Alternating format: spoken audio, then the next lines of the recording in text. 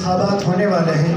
تو مجلس کے اس میں کیا عزائم ہے، کتنے سیٹوں پر امیدوار کھڑے کرنا چاہے گی، اور ہم اس سلسلے میں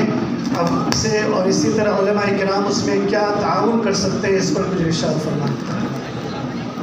تو ہمارے عزائم تو نیک ہے اور یقیناً بغیر علماء کرام کے تعاون کے ہم اپنے مقصد میں کامیاب نہیں ہو پائیں گے۔ تو اسی لیے میں آپ سے پھر سے گزارش کر رہا ہوں کہ آپ لوگوں کی سرپرستی، آپ لوگوں کی مشورے کی، آپ لوگوں کی ہدایت کی، آپ لوگوں کے ساتھ کی بہت ضرورت ہے۔ آنے والے اسمبلی انتخابات میں یقیناً ہم پوری طاقت سے اس انتخابات میں حصہ لیں گے۔ کتنے سیٹ پر مقابلہ ہوگا اس کا فیصلہ تو میں نے جناب صابر بھائی صاحب کے لیے چھوڑ دیا ہے۔ ظاہر ہے کوئی بھی سیاسی پارٹی اپنی طاقت اور اس کے اوپر ہی دیکھ کر ہی فیصلہ لیتی ہے، مگر کتنے سیٹوں پر لڑا جائے گا یہ انشاءاللہ الیکشن سے پہلے جناب صابر قابلیوالہ صاحب آپ تمام کو بتائیں گے، مگر اس میں آپ کی تعاون کی ضرورت ہے، کیونکہ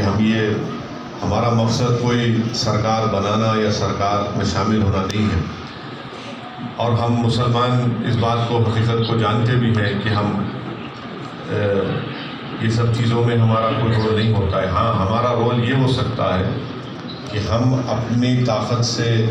اپنے سیاسی شعور سے اور دیگر اپنائے وطن کو ساتھ لے کر،